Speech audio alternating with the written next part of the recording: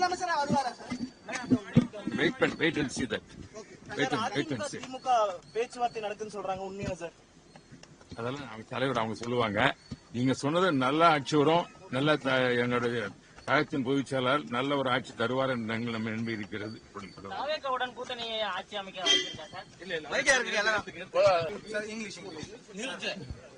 No, what I saying say that I cannot see, telling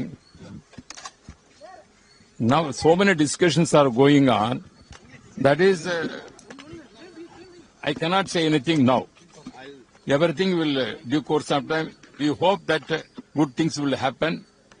My party, my leader will come back and give the alliance with the DMK. No, that what I am telling this only I can say. There is the public sentiment is there that ADMK has to come to the power. That is the voters at the time whenever my party leader Edappadi visited, lot of emotion and everything public showed.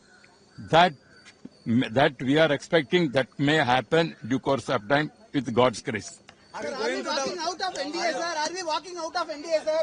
Sir, are we walking out of NDA, sir?